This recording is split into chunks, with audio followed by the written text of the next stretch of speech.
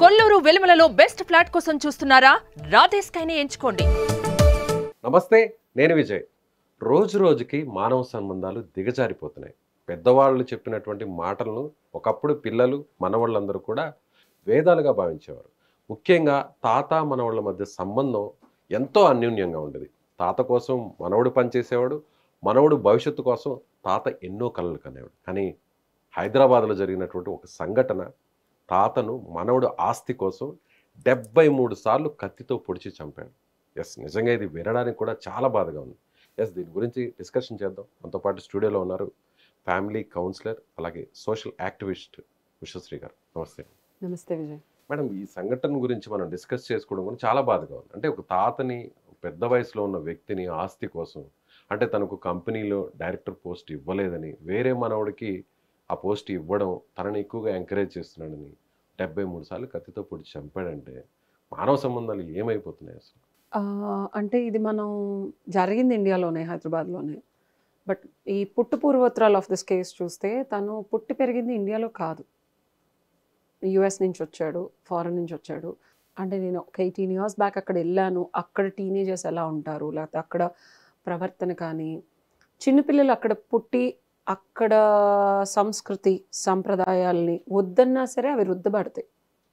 Indians అయినా సరే బిడ్డ మనకి చూడటానికి ఇండియన్ లానే ఉంటాడు, అంత మనసుకి ఇంటో ఉంటుంది, అంతా ఉంటుంది. కానీ తన మెంటాలిటీ అవనివ్వండి, హావభావాలు అవనివ్వండి, లేకపోతే మానవ సంబంధాలు కానీ, వాళ్ళు ఆలోచించుకునే తీరు, ప్రవర్తించే పద్ధతి, ఇదంతా ఆ కల్చర్తో నిమిళీకృతమై ఉంటుంది. వద్దన్నా కాదన్నా బీజం మందైనా సరే పెరిగిన వృక్షం, వాతావరణం మార్పులు అక్కడ తిరిగినట్టు, అక్కడ పెరిగినట్టు, అక్కడ ఒదిగినట్టు, అక్కడ ఓదార్చినట్టు. అక్కడ ఎవరు ఓదార్చరు యాక్చువల్లీ. అక్కడ ఎలా అయితే ఉందో అలాంటి మెంటాలిటీయే వస్తుంది. అండ్ తినొచ్చి ఆల్మోస్ట్ ఒక 2018 అన్నారు ఆ కేసు వింటే, నాట్ మోర్ దాన్ 5-6 years. అక్కడ మానవ సంబంధాల కన్నా మిషన్స్లా పనిచేస్తాం. పొద్దున్న లెగిస్తే యూనో పరిగెడుతూనే ఉండాలి. పరిగెట్టడం అని కాదు, అసలు హ్యూమన్ రిలేషన్స్కి టైం ఉండదు. ఒక ఫోన్ నేను కాల్ చేయాలంటే వీకెండ్లో మాట్లాడతానని పెట్టేస్తారు. అది ఏ ఎమర్జెన్సీ, ఎంత నీడ్ ఉంది, కుదరదు, దాని అవసరం ఏంటని కూడా చూడరు. పొద్దున్న బయలుదేరితే of course excellent service industry, excellent తల్లిదండ్రులతో మాట్లాడుకోవడానికి పిల్లలకి. కానీ పొద్దున్న లెగిస్తే వెళ్ళే జాబ్, సాయంత్రాన్ని ఇంటికి వచ్చి అలసిపోతాము అని రిలాక్స్ అవ్వడానికి లేకుండా మళ్ళీ సాయంత్రం ఒక కన్సల్టింగ్ వర్క్, మళ్ళీ ఇంకొక నైట్కి ఇంకొక జాబ్ చేస్తే కానీ సర్వైవ్ అవ్వని సిచ్యువేషన్స్ మనవి. అంటే ఇండియన్స్ పరిస్థితి. యుఎస్ వాళ్ళు మరీ అంత కష్టపడరు కాబట్టి మనం H1 వేసుకొని మన స్టూడెంట్లు మనం అందరం వెళ్తాము, వాళ్ళు కొంచెం రిలాక్స్డ్గా ఉంటారు. సో నేను చెప్పొచ్చేది ఏంటంటే, ఒక హ్యూమన్ రిలేషన్, ఒక తాత మనవడి సంబంధం అనేది అనుభూతి పొందటానికి, అనుభవం చేకూర్చడానికి సమయాన్ని కానీ ఆ సందర్భాన్ని కానీ ఎన్నిసార్లు ఇచ్చారు వాళ్ళ పేరెంట్స్ ఇతనికి అనేది ఒక క్వశ్చన్. అంటే ఈ సంఘటన మనం ఎప్పుడైనా నేను రూట్ కాజ్ అనేది వెతుకుతాను. Any case I'm also into advocacy. But irrespective of ఎవరు ఎలాంటి వాదనలు, ఇది దారుణం, ఇది అమానుషం అని ఇలాంటి మనం అంతకుముందు కూడా చాలాసార్లు మనం మాట్లాడుకున్నాం పూర్వత్ర వీడియోస్లో. ఆ అబ్బాయి సైకాలజీ ఒకటి నా క్వశ్చన్ ఇక్కడ. అందరూ అనేది అతనికి ఏదో డైరెక్టర్షిప్ ఇవ్వలేదనో, ఇబ్బందికరమైన బిహేవియర్ ఉండటం వల్ల తాతగారు మందలింపు చర్యగా ఇంకొక అతన్ని డైరెక్టర్ చేయటమనో, ఆస్తి కోసమనో, first position, power and position, ఆ తర్వాత ఇద్దరి మధ్యలో వాగ్వివాదాలు జరిగి తల్లి కూడా ఉన్న సందర్భంలోనే జరిగింది ఇది. అంతేకాని తనేదో కొత్తగా వెళ్ళి ఆయన చంపాలని ప్లాన్, ఎందుకంటే కేసు హిస్టరీలో మనం ఇంటెన్షన్ చూస్తాం. Murder, this is not a murder, this is a unexpected కత్తిపోటు or whatever argument heat అవటం వల్ల ఎమోషన్స్ రేకెత్తిచ్చే కాన్వర్జేషన్స్ జరిగి సైకలాజికల్గా ఆ అబ్బాయి ఆత్మ, అంటే తన ఆత్మనూన్యత అవనివ్వండి, లేకపోతే తన క్యారెక్టర్ అసాసినేషన్ అవ్వండి, నువ్వు అలా తిరుగుతున్నావు పెద్దవాళ్ళు అంటారు మనకి ఇండియాలో. సో ఇక్కడ నేను చెప్పొచ్చే పాయింట్ ఏంటంటే, యుఎస్లో ఒక తండ్రి కానీ ఒక తల్లి కానీ బిడ్డని తిట్టినా కొట్టిన మనకి 911 ఉంది, అక్కడ 100కి ఫోన్ చేయమంటారు. చిన్నప్పటి నుంచి ఒకళ్ళు అరవటం కానీ ఒకళ్ళు తిట్టడం కానీ, నువ్వు ఎవరన్నా అమ్మాయికి, ఇప్పుడు నాకే ఒక కొడుకు ఉన్నాడు ఎగ్జాంపుల్, 13 ఏళ్ళకి నేను గర్ల్ ఫ్రెండ్తో బయటకు వెళ్తున్నాను అంటే చెప్పి కొడేస్తారు ఇక్కడైతే, మామూలుగా మన ఇండియన్ కల్చర్ అయితే. ఎగ్జాంపుల్ ఇదే ఫారెన్లో అనుకోండి, మీరు వాడికి ఎదురు చెప్పకూడదు, అవునా, ఓకే వెళ్ళు అంటారా, గో హెడ్ అంటారా? అట్లీస్ట్ చెప్పారని ఆనందపడాలి, మీకు చెప్పెళ్తున్నాను ఇన్ఫర్మేషన్ ఓ ఇచ్చారు. అమేజింగ్ అని. అది మీ రియాక్షన్ అయి ఉండాలి. అది కాకుండా ఇంకేదై ఉన్నా సరే టీనేజర్ మనసు గాయపరిచాం, హర్ట్ చేసాం, సో అతనికి ఉన్న ఫ్రీడమ్ని బ్రేక్ మన చేసాం. ఇండియన్స్ పరిస్థితి మొన్నే వచ్చాను 4 months బ్యాక్. మా వాడు మరి ఆ చైనీస్ ఇలా రిలీజియన్ క్రాస్ అయ్యి బ్రీడ్ క్రాస్ అవ్వకుండా ఇండియన్ అమ్మాయిని డేట్ చేసినా చాలు చాలు మహాప్రభో దేవుడా అని కోరుకుంటున్నాను. అనే సిచ్యువేషన్కి వచ్చేసారు. సో ఒక మనిషి 2 ఏళ్ల నుంచి తల్లిదండ్రులు తిట్టడం కొట్టడం కానీ మందలించడం కానీ మానసికంగా వాడికి ఇష్టమైంది తప్పించి అతన్ని నొప్పించేలాంటి ఎలాంటి పరిస్థితులు కానీ హావభావాలు కానీ రియాక్షన్స్ కానీ ఇవ్వని తల్లిదండ్రులు పెంపకంలో పెరిగి ఎవరితో వెళ్తున్నావు, ఎలా బిహేవ్ చేస్తున్నావు అక్కడ, మద్యపానం కానీ వాట్ ఎవర్ ఈ మాదక ద్రవ్యాలు కానీ క్వశ్చనబుల్ కాదు అక్కడ. It's a very common thing అంటారు.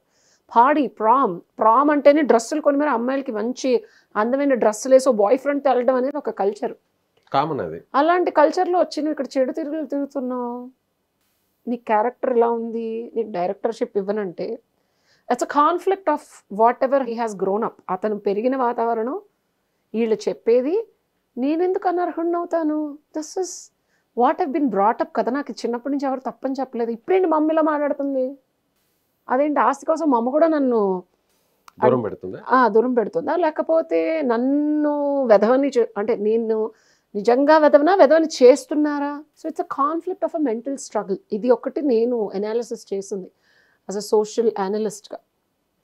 రెండోది వచ్చేసి 73 times అబ్బాయి పొడిచారు అని చెప్పి పదే చెప్తున్నారు, పోలీసులు కూడా చెప్తున్నారు. ఇంకొకటి మాదక ద్రవ్యంలో ఉన్నాడనేది నా వాదన. డ్రగ్స్ తీసుకుంటారండి, అది ఏదన్నా అవ్వచ్చు. సో డిఫాల్ట్గా అంటే మనం సైకో అనే వర్డ్ చాలా ఈజీగా వాడేస్తాము. సైకో అవ్వడానికి కూడా కారణాలు చెప్తున్నారు, దారి తీసిన పరిస్థితులు. అతను అక్కడ ఉంటే కనుక తన బిహేవియర్ కానీ తన క్యారెక్టర్ని కానీ తను ఎలా బిహేవ్ చేస్తున్నాడో దానికి కానీ క్వశ్చన్ చేసేవాళ్ళు కాదు. క్వశ్చన్ చేయడం మొదలైన దగ్గర నుంచి మార్పులు, root cause of how he would have turned in to what he has today అనేది చెప్పాను. డెఫినెట్గా తేడా మెంటాలిటీ, డెఫినెట్గా తేడా బిహేవియర్. కన్న తల్లిని కూడా అలా అంత ఉన్మాద స్థితిలో కొట్టాడు అంటే ఇప్పటికీ కూడా మా అమ్మగారు అంటే మనం పెరిగిన వాతావరణం, మనల్ని పెంచిన వాతావరణం, పెరిగిన వాతావరణం, అసలు ఒక చిన్న మాట అంటేనే మనం ఫీల్ అయిపోతాం. ఎంత తాగి ఉన్న వాళ్ళైనా సరే చెప్తున్నాను నేను, ఎంత కాన్షియస్లో లేకపోయినా తల్లి తండ్రి వచ్చే వరకు మనం రియాక్ట్ అయ్యి ఆగిపోతాం, గౌరవం ఉంటుంది. అది లేదు అంటే డెఫినెట్గా తను పెరిగిన వాతావరణం, పెంపకం అన్నీ తేడా ఉన్నాయి. తేడా he would have got in to something. ఆ చెడు తిరుగుల్లో ఏవో వ్యసనాలు ఉన్నాయి కాబట్టి ఉన్మాద స్థితిలో చేసి ఉంటాడు డెఫినెట్గా. ఒక కిల్లర్ మెంటాలిటీ ఉంటే కనుక, నేను అనేది క్రిమినల్ సైకాలజీ నాకు ఇష్టం కాబట్టి నేనేదో అందులో దిట్ట అని చెప్పను, ఇంటెన్షన్తో మర్డర్ చేస్తాడు.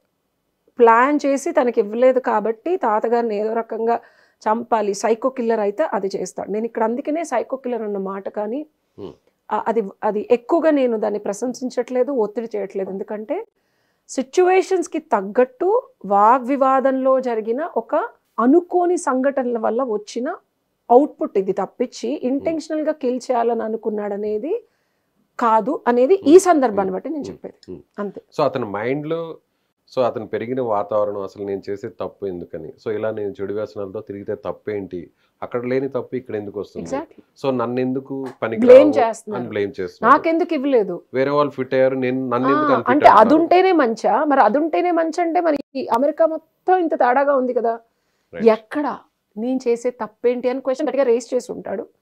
ఇప్పుడు తాతగారు మనమే, ఇప్పుడు మనల్నే చుప్పనాతిలా మాట్లాడుతున్నా నన్నే అంటారు. ఇప్పుడు నా ఏజ్, ఆయన నాకన్నా చాలా పెద్ద ఆయన, పెద్దవాళ్ళు. సో వాళ్ళు చెప్పేది అసలు ఇతనికి ఫిట్ రియాలిటీ, అంటే వాళ్ళ టైంకి ఇతని టైంకి, వాళ్ళ జనరేషన్కి ఇతను పెరిగిన రియాలిటీలో ఈయన చెప్పేదానికి ఎక్కడ ఫిట్టింగ్ లేదు కాబట్టి అర్థం కాలేదు తనకి. సో ఇదంతా కూడా మెయిన్ కారణం రూట్ కాజ్లో చూస్తే అతను పెరిగిన వాతావరణం, అతని చుట్టుపక్కల ఉన్న పరిస్థితులే ఈ స్థాయికి దారితీస్తాయి. అలా అన్నప్పుడు ఇతన్ని ఇక్కడ ఇండియాలో పెంచనో లేకపోతే వచ్చి వెళ్తూ ఉండుంటారేమో కానీ బట్ ఆ రిలేషన్షిప్ కూడా కనిపించట్లేదు నాకు. తాతామని రిలేషన్షిప్, అది వాత్సల్యం కానీ ప్రేమ కానీ ఆ కనెక్ట్ కానీ ఎక్కడున్నా ఈ అబ్బాయి అలా బిహేవ్ చేయడు, అది కూడా క్రియేట్ అవ్వలేదు. ఏదో పుట్టుకి మనవడ అయ్యున్నప్పటికీ నిన్ని ఆ రిలేషన్షిప్ కానీ, ఆ బంధం కానీ, ఆ కమిట్మెంట్ కానీ, ఆ కమ్యూనికేషన్ కానీ వీళ్ళ మధ్యలో లేదు. రైట్. కాబట్టే ఇది జరిగింది. ఓకే అండి. అది పెంచాల్సిన బాధ్యత తల్లిదండ్రులది.